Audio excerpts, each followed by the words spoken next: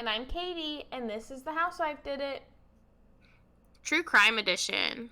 Back to normal True Crime Edition. Lame, but cool. Mm-hmm. Happy November. Oh my god, wait. What date does this come out? Did I just realize something crazy? Oh, damn! Okay. November 3rd? This is going to come out on November 3rd. But this took place on November 2nd. Bum, bum, bum. All right. Crazy. All right, you ready to get started, Mary? I am. Okay. On November 2nd, 2016, Keith Papini used Find My iPhone after realizing that his wife was not home. It led him to the end of their road where he found his wife's phone, headphones, and a clump of her hair. His wife, Sherri, had not picked up their kids from school that afternoon or returned to their home in Redding, California. Sherri never missed picking up her kids from daycare. So when Keith returned to the house and he didn't find Sherri or their kids, Keith immediately knew that something was wrong. When he found her phone about 2 feet off the road with her hair attached, he called 911. What time is this? I think this must be afternoon. I'm trying to figure out, why hasn't the daycare called him and said, hey, no one's picked up your kids today? And maybe they have, maybe that's what brought him home to begin with. I don't know. Yeah. But yeah, I think, or maybe it's just about the time that she would have gotten home. So maybe the daycare is oh, she's just running late. Yeah. But yeah, so afternoon, when her phone was playing Michael Bublé's Everything on repeat through the headphones, and this was her and Keith's wedding song. He explained that Sherri had recently started running again, and he assumes that that's what she was doing when she was taken, which is a good assumption with the headphones. So, she had been recovering from her recent breast augmentation surgery, and that is why she has just started running again. That's why he says it that way. So, Sherri's friends and family described her as a super mom.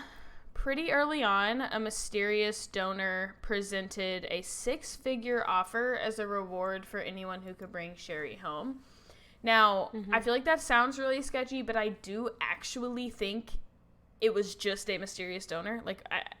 In this research, I never find out that, it's actually Keith or, it's whatever. Right. I think someone really... I feel like that happens with cases that get big like that. Yeah.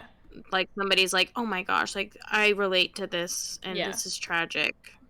Yeah, so... Let me help. He did make a website, and the donor does report that he was threatened by law enforcement, so, this also could play into the mysteriousness, why he doesn't want to be known.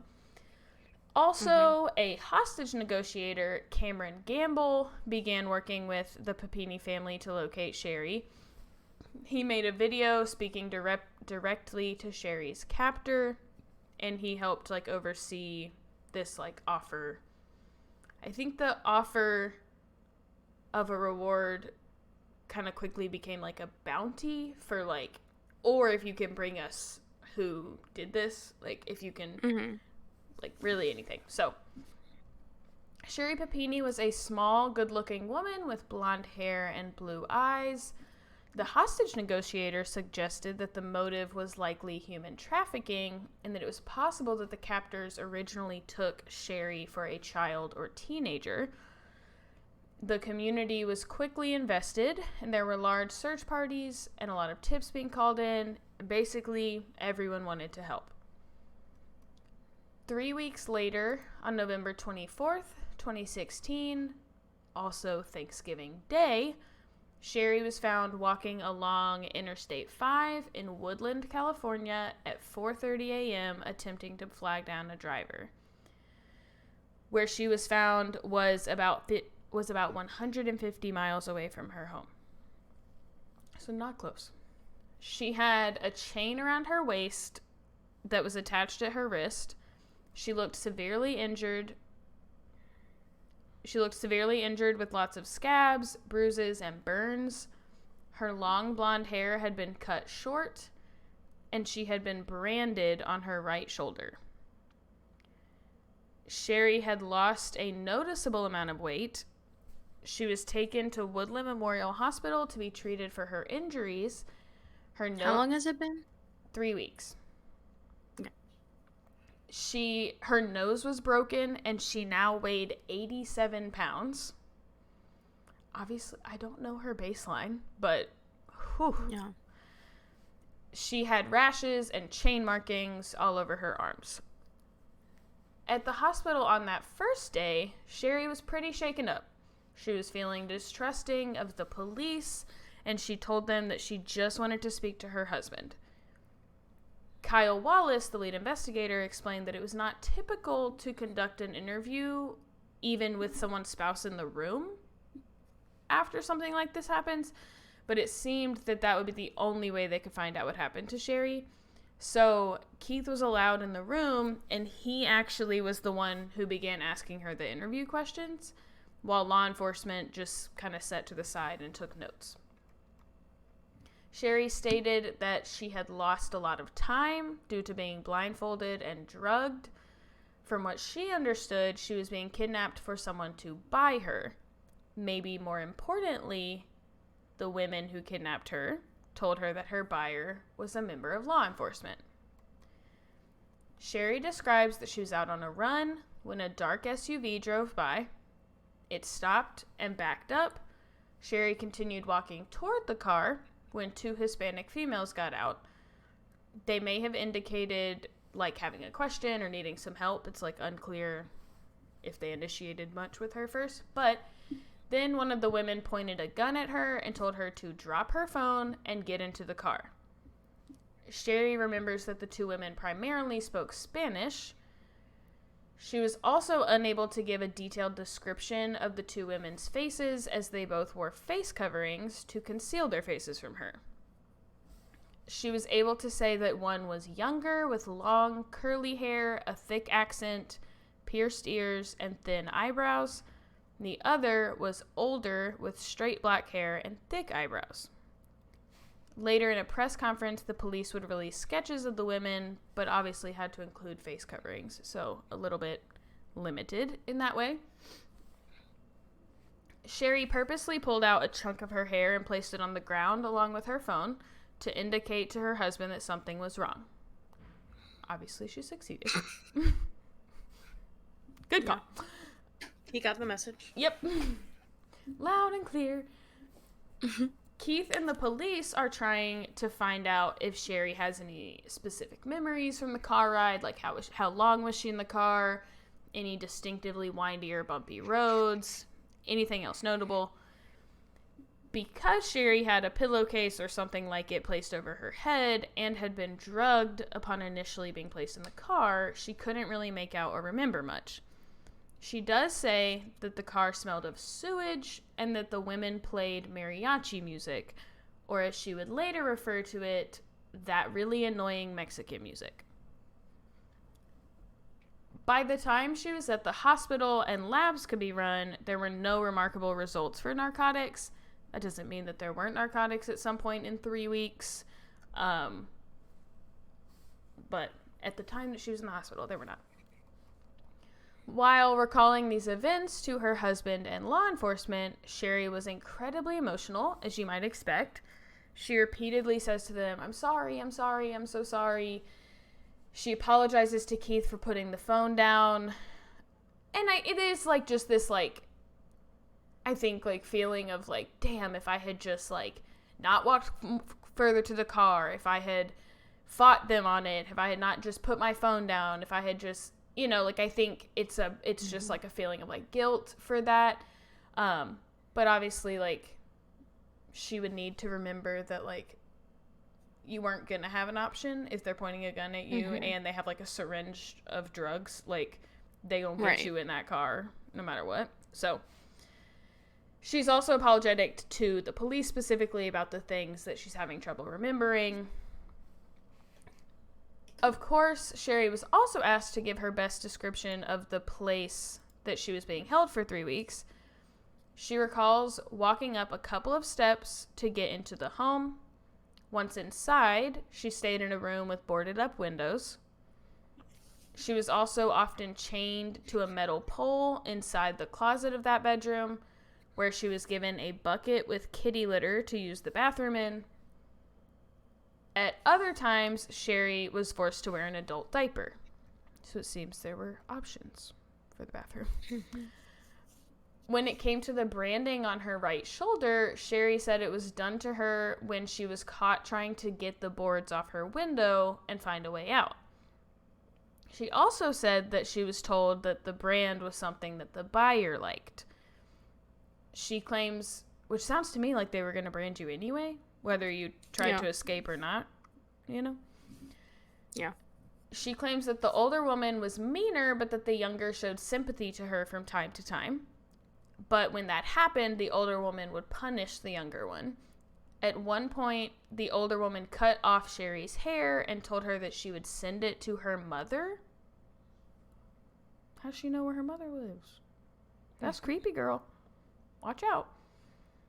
Sherri says that she was permitted to take some showers, but under the control of the two women. One time, though, she was able to bang one of the women's heads into the toilet, but she cut her own foot in the process.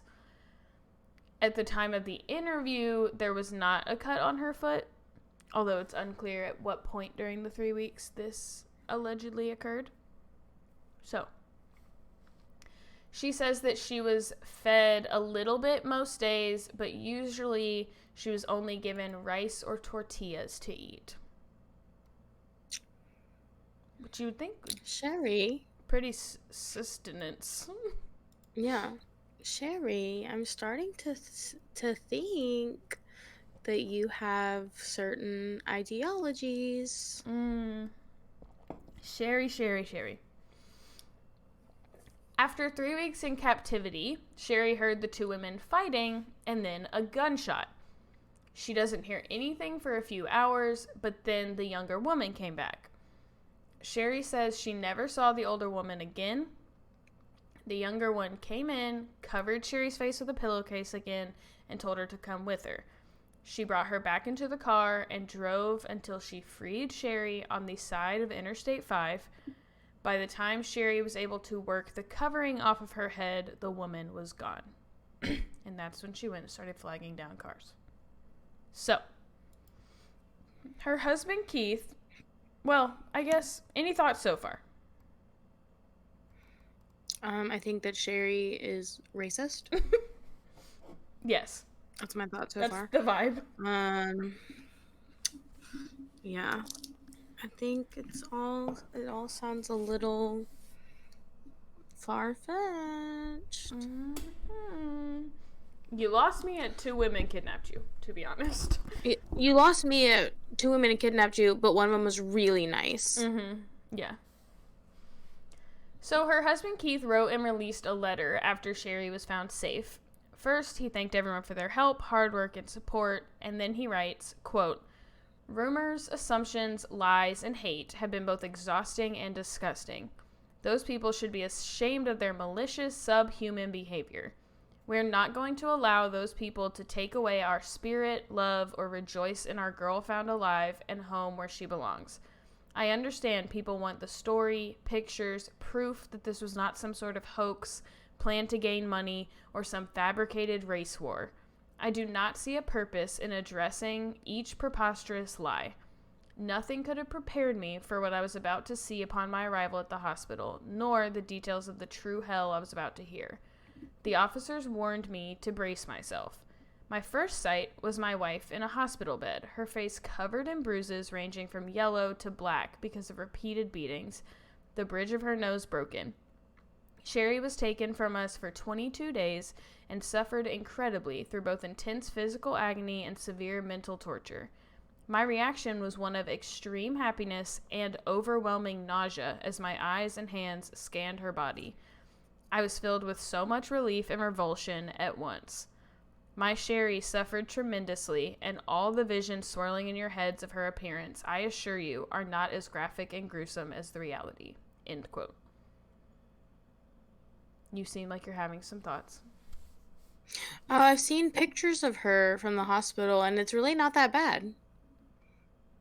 I don't know if I've seen her in the hospital, but yeah, I mean, I think, like, the words, to me, like, the idea that you would have, like, extreme happiness and overwhelming nausea and relief and revulsion, like, that feels, like, very true. Like, it's like, thank God she's home, but, like, oh, and I always think that, right? Like, we think that about, like, Elizabeth Smart, these people who, like, the horror you must feel finding out what your kid or your whoever has been going through. Obviously, this letter is released at a time, and I'm telling it to you at a point in the story when, like, wow, we don't know what these subhuman behavior, rumors, assumptions, lies, what they're being accused of, like, that's all news to me. And I almost think, like, I would not have said it. Like, it didn't seem like it was, like, public knowledge at that point, so I would have just ignored that. So, Sherri continues to reach out to investigators as more memories occur to her. At one point, she found a photo of a table online that reminded her of the one that she had been placed on to be branded. She and Keith provided that photo to police. In many of the interviews, Sherri continues to tell police that it is difficult for her to trust them because she was told that her buyer was one of them, and because they, quote, know everything about her now, which is also fair. Like, they've, like, gone through your phone records, they've gone through your life, like, that is weird. Just a note, though, Sherri mentions her recent boob job to the investigators on multiple occasions, which I find strange. Yeah. Like, she's like, I had to lay on a table, but it was really hard because of my boob job. Or and I'm like, okay, weird. And obviously these, like, male investigators are, like, glitching. They're like, okay.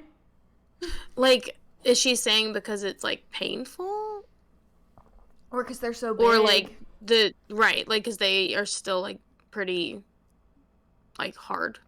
I mean, even if they're not hard, like, anyone with natural big boobs knows, like, it's different to, like, lay on them, you know? It's, like, yeah, you don't have to tell me. So it's, like, I just think she could have just been like, well, now I got these big old honkers, so laying down wasn't so fun. But it's like, it's tickle bitties. It's like so weird, the casualness with which she's like, just a reminder, I might be 87 pounds, but I had a boob job. 17 of them are these. Yeah. After the initial interview, though, Sherri's emotions become much more controlled, which is expected. But in her later interviews, she sounds more annoyed than anything when she's recounting these events. Now, first option, I could be reading her tone wrong. But it's also unclear whether this is, like, annoyance with retelling a traumatic story over and over again, or if it's, like, an annoyance with being kidnapped. Like, it honestly, to me, sounds like she's just like, ugh. And then, like, they would just, like, brand me. Whatever. Annoying my boobs on the table. Yeah. Can you imagine, like, you're scrolling through Facebook Marketplace and you're like, oh, that looks just like the table. And you're like, Keith, come here. This looks just like that table. Yeah. And he's like... And I think that's basically where it was that they found the table. Yeah. Now... That's kind of funny. Yeah. Now, of course, law enforcement began looking into all of Sherri's descriptions as well as her recent past to see if anything could lead them to someone who would want to abduct or even buy Sherri Papini. Accessing her phone records, police found that she had been in contact with multiple men around the time of her disappearance, but that their contact names in her phone were various names of women. Ooh, Sherri. That's never good. That's bad, girl. Never That's good. so bad. Yeah. One man, Donovan Miskey, who says he had known Sherri for 5 years, reported that Sherri talked to him about being scared of her husband, that she told him that her husband hits her and, quote, locks her away. Oh. She had message exchanges with another man who lived in Michigan. They discussed eventual plans to meet up in California. However, police were able to rule him out as being involved. Sherri had been... Because he lives in Michigan. Yeah. Sherri had been married once before, in 2006, prior to her 2009 marriage to Keith. She married her first husband for his health insurance. They both admit that. That's what it was for. And they never actually lived together. However, he did say that she had told him during that time that she had been abused by her family. Others told similar stories about Sherri. Many people who knew her described her as exaggerative, dramatic, someone who craves attention, and crazy. There were multiple occasions in which Sherri alleged abuse by her family. In fact, it was not abnormal for Sherri to run away and not be heard from for days. Then to later tell... Even at this point in time?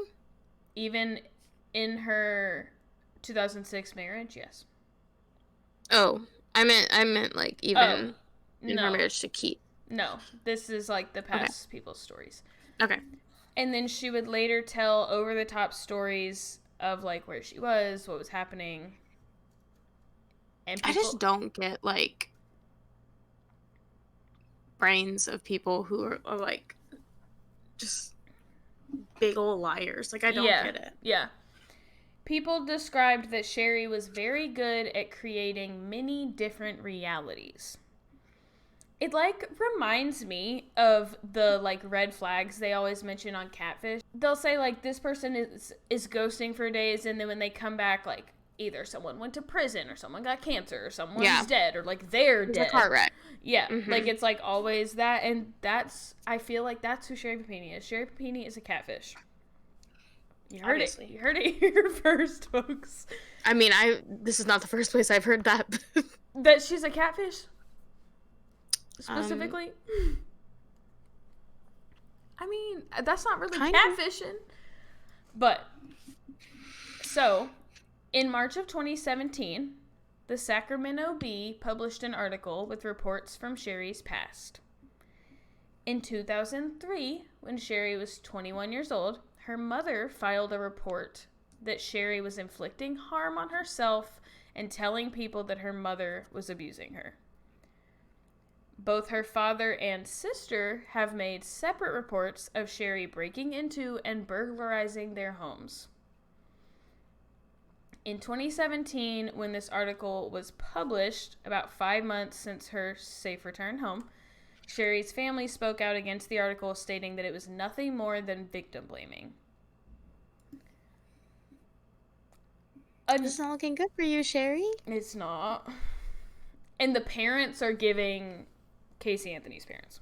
I'm like, yo. It's the she's racist, liar,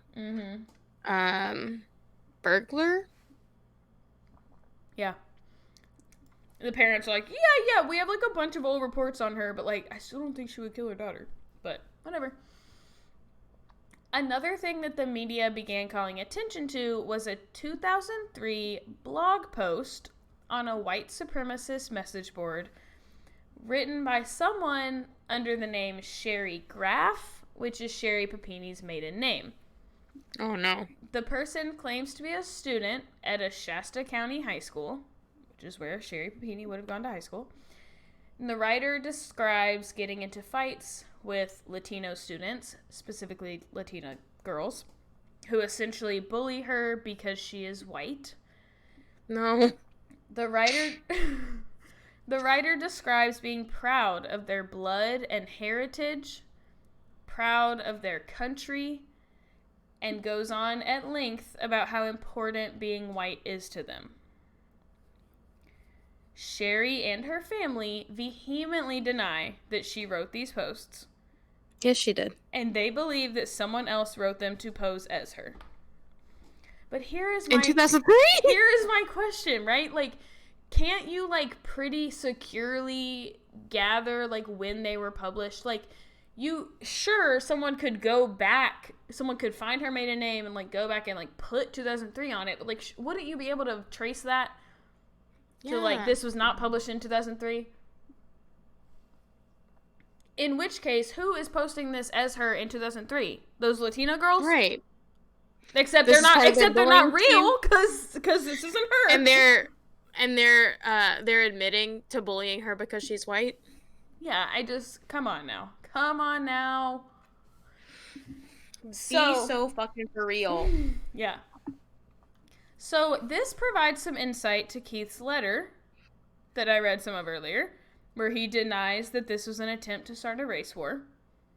And Keith, we wasn't thinking it necessarily till you said that, and then people started looking into your shit, and this is what happens. Yeah, as someone who went to a school that did try to start a race war, it's not that hard to believe, but it doesn't really come to your mind until someone says it. Yeah. Explicitly. Yeah. Now, in mostly white Shasta County, Sherri's abduction by two masked Hispanic women did cause or increase racist feelings and responses. I honestly, at this point, I'm like, if she did get kidnapped, I still don't really have a lot of sympathy for her. You're like, if true, still don't care. Not big if true. No. Pshaw. In March of 2018, Sherri called the FBI to let them know that she had remembered another detail while in therapy. She believes that the burns, now this is not the branding, but this is other, like, various burns, that she received were made from the heated backs of butter knives and spoons. She provided a description of the specific silverware, and they actually pretty closely matched Sherri's own silverware. I'm surprised she didn't say it was, like, some kind of Cuban cigar or something. Like, she's like, how can I spin this to make it very clear that it was a Hispanic person? A Latino person did this to me. It was some gaudy gold silverware with piñatas carved in it. Like, I'm just, like, waiting for her. It was a crucifix. Mm-hmm. From their Catholic altar. Yeah. Sherri. Crazy girl. Crazy girl. In 2020, police finally found a piece of more tangible evidence when results came back for male DNA in Sherri's underwear.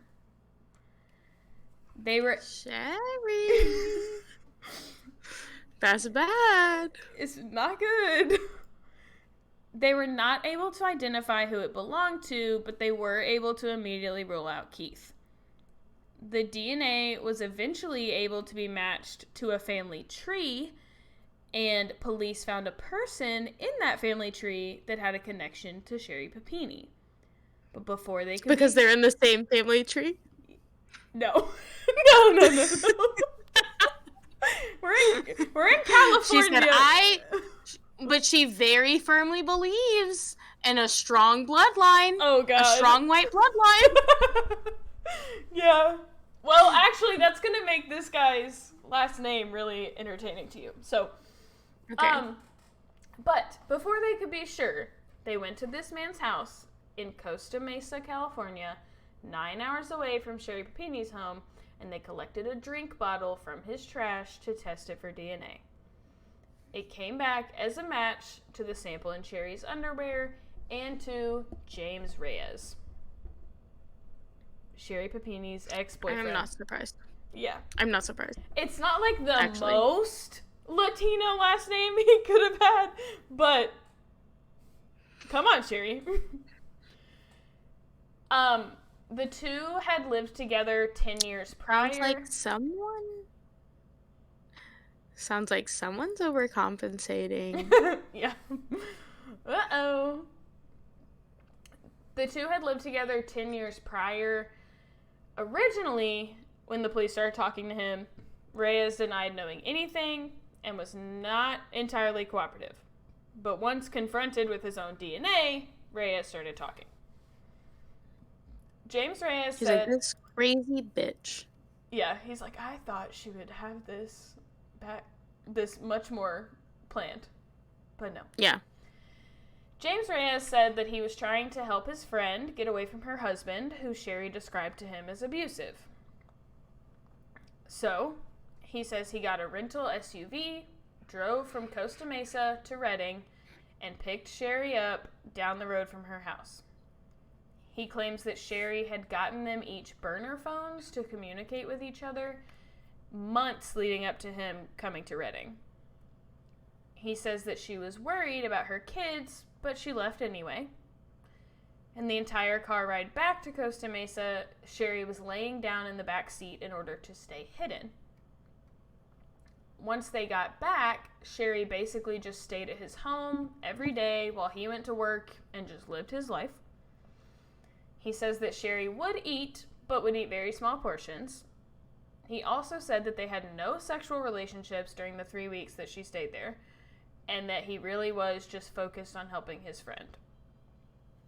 Now, then why was your DNA in her underwear? This confuses many people because of the underwear DNA, but from what I've read, it was contact DNA. So I don't know the specifics of that, but like sounds to me like maybe he was doing laundry and grabbed her underwear. So that's what people think, is that either he purchased the underwear for her or that he does the laundry. So James, Sherri Papini is not your friend. No. Mm-mm. She's a bad friend. Yeah. Get better friends, bud. He says that Sherri chose a room as soon as she got to his home and insisted on putting boards over the windows. He also says that he came home from work one day and Sherri had chopped her own hair. And now I'll get into, so many of Rhea's descriptions match some unreleased information, so he wouldn't have it unless he knew them. So, first up, in his living room, James Rhea's coffee table matches the table that Sherri had shown to police to help identify the one that she was on when she was branded. So she actually fucking gave them a real-ass table. Yeah, she took a picture of it and posted it on Facebook Marketplace herself. She was like... But, like, you can't just show them a picture of a table that they would never find. Just... Right. Looks like the table. Just pick a fucking table. Can you imagine letting a friend stay at your house, like, out of the kindness of your heart? And first of all, they make it look fucking junky by putting boards on your windows. And then they start showing police pictures of your coffee table? Yeah. And I'm sure she told him, like, what if Keith finds me? Like, she probably told him she's putting the boards up for, like, safety reasons. But it's like...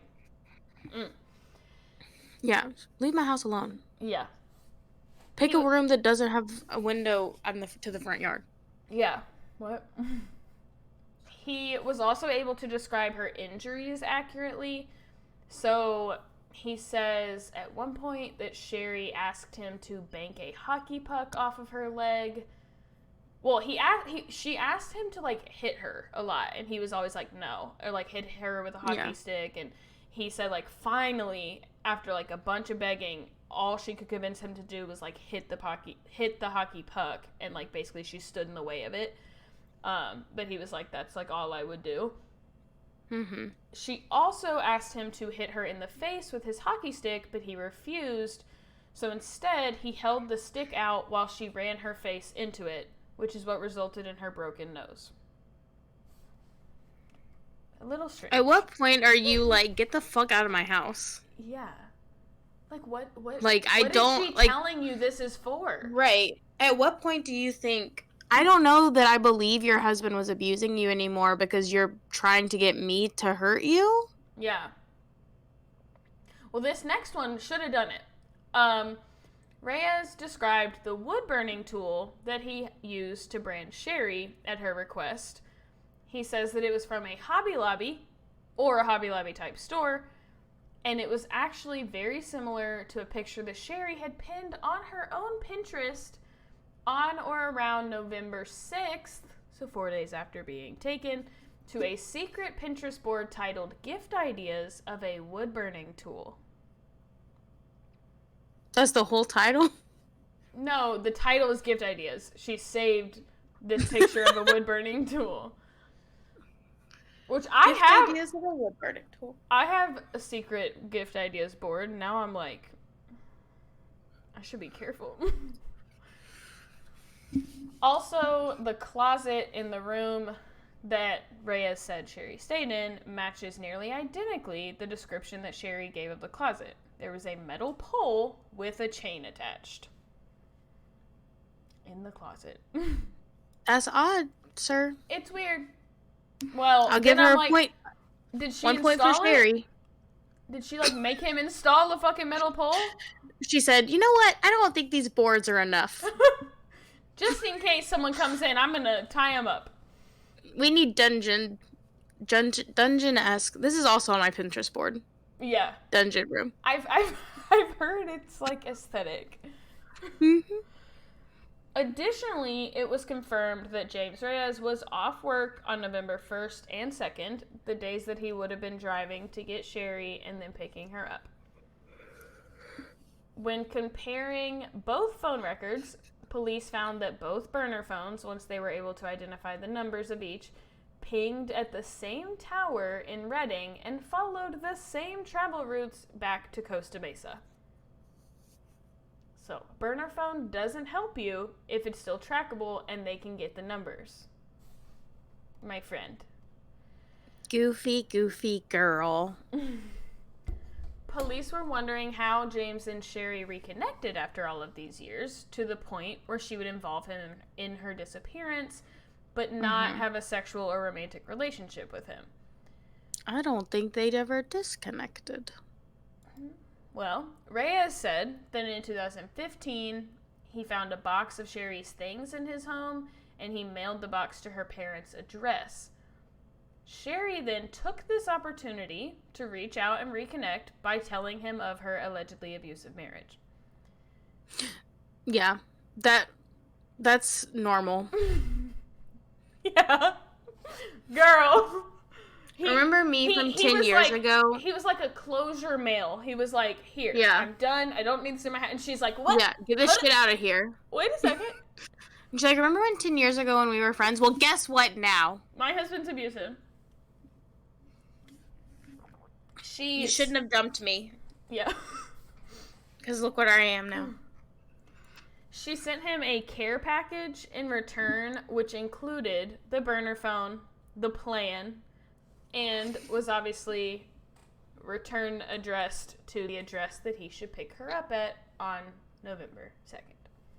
That's not a care package. I know. I'm like, did he at least get some candy? Like, there's no care. What? It's a care package for Sherri, I guess. Take care of this for me, please. Come kidnap me. In August of 2020, FBI investigators called Sherri and Keith in to let them know that they had a strong lead in the case and to see if they could get further information. This is so fun. Poor Keith. Poor buddy.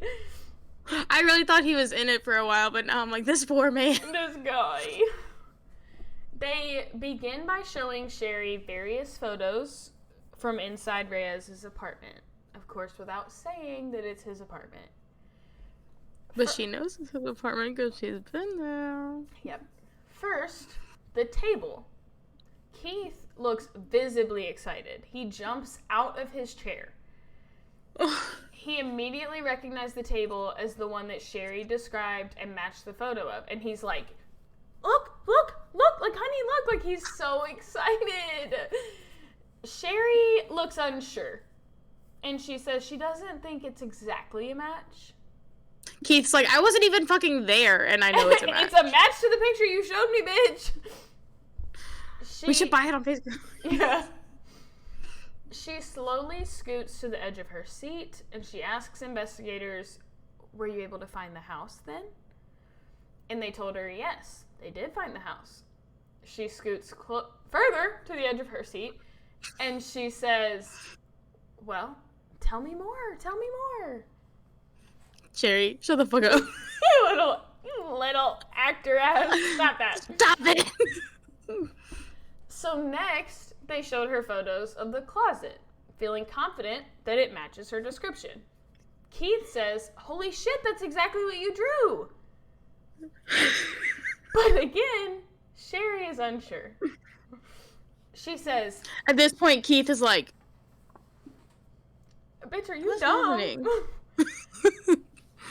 She says, now excuse my language, but it's pretty fucking similar. But it's still not exactly the same. Still not right. Okay. The wood paneling inside the closet was slightly different than she remembered. At this point, the police have explained to Sherri that it is a crime to lie to federal agents. They ask her if she would like for Keith to leave so that she can talk to investigators about anything, and she declines. She actually asks for a moment alone with Keith. They said nope. The agents leave the room. No! No! Don't let her get him! Oh, the agents leave the room for a few minutes, and Sherri tells Keith that she doesn't want them to find her. She's talking about the younger captor who eventually set her free. She doesn't want them to find her because she set her free. So. But she was so nice, I thought.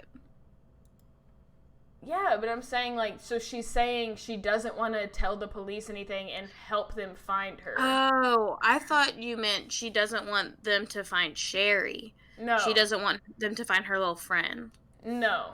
Sherri is like, honey, I just don't want them to find her. Like, it seems like they're getting close, but I don't want them to find her.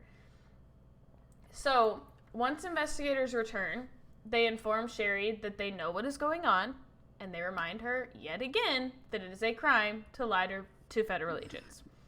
That should have been your first sign that they weren't looking for her. Yeah.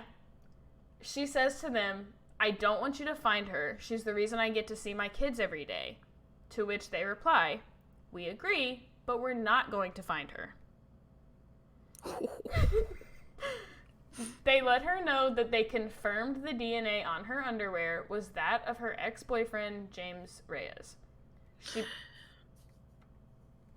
You think they gave away their cards too soon? No, I need to know what Keith Keith did. Keith's like... What? She begins shaking her head and says she can't believe that he would have been involved. When asked...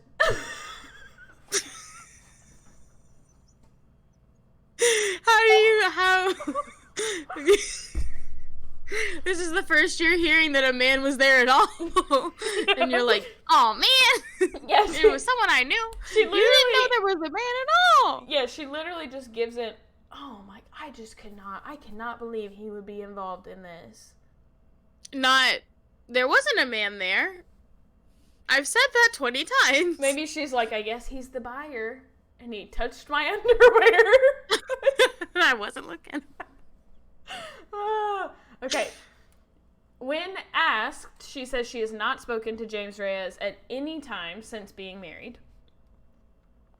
So they remind her another time that it is a crime to lie to federal agents. And finally, Keith excuses himself. He says, I'm gonna step out of here. I'm erasing myself from the narrative. I'm done.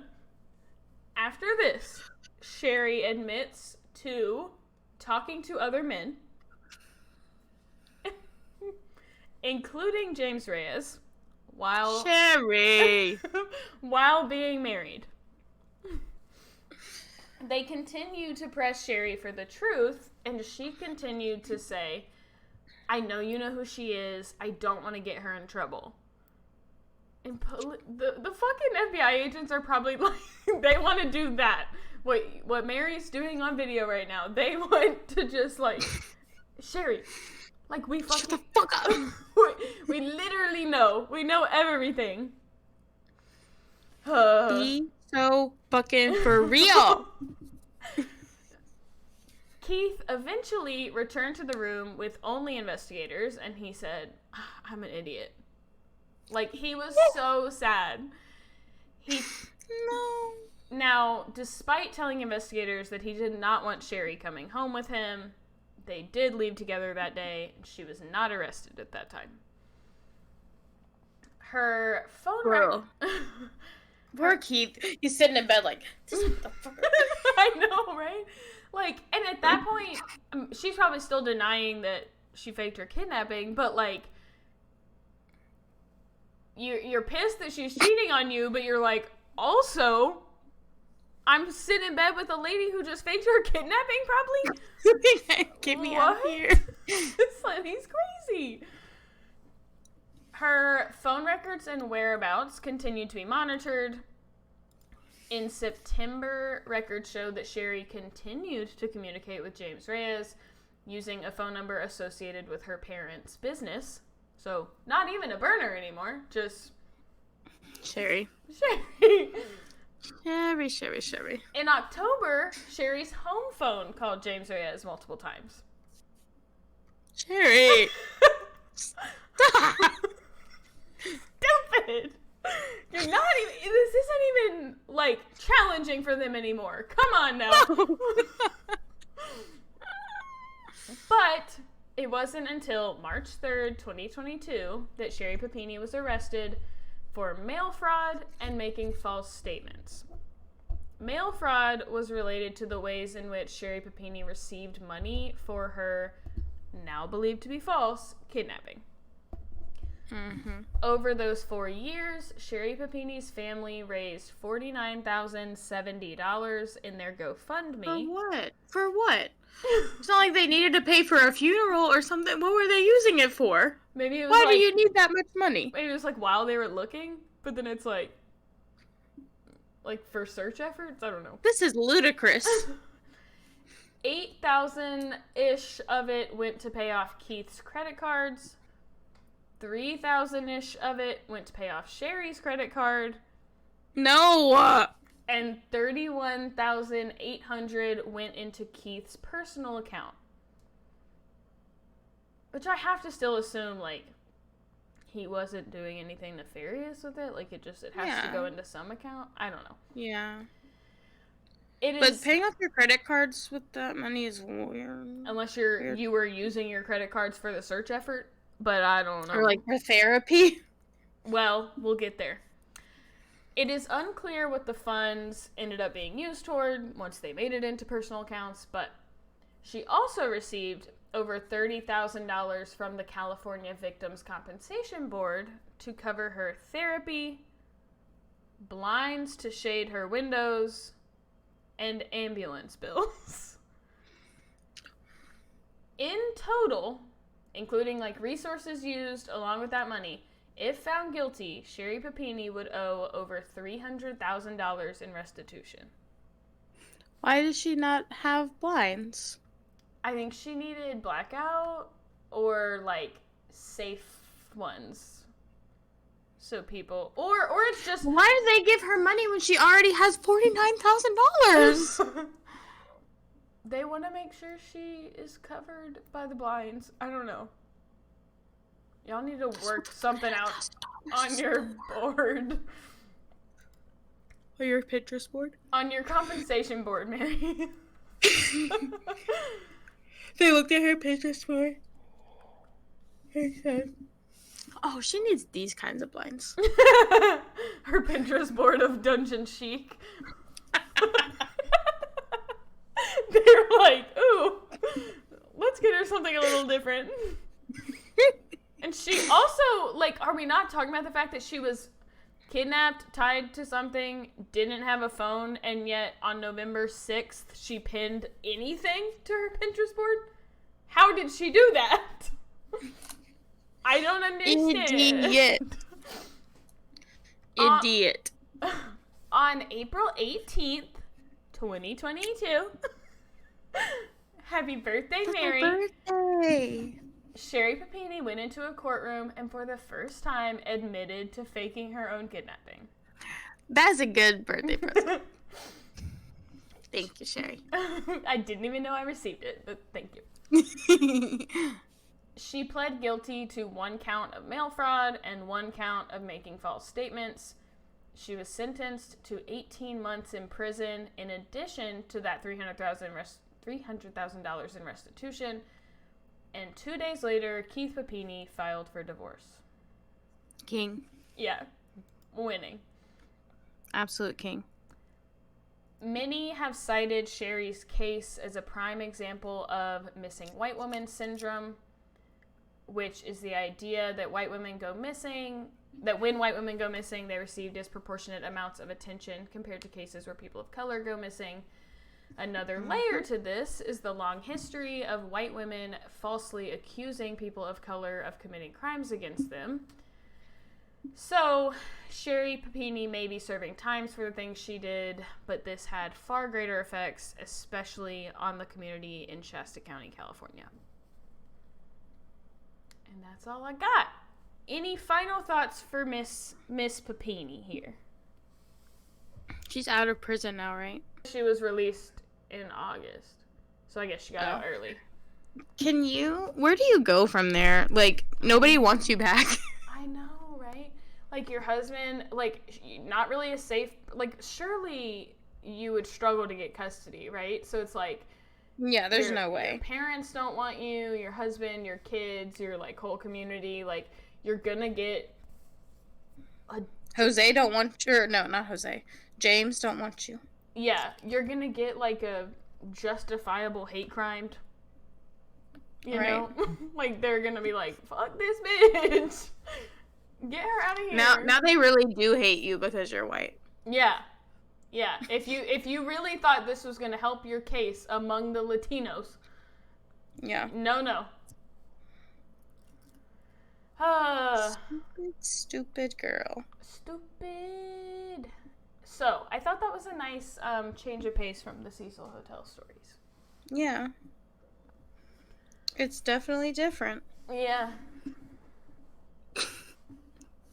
All right. Good job. Thanks. Mm-hmm. Well, happy Friday. Yeah. Bye. Bye.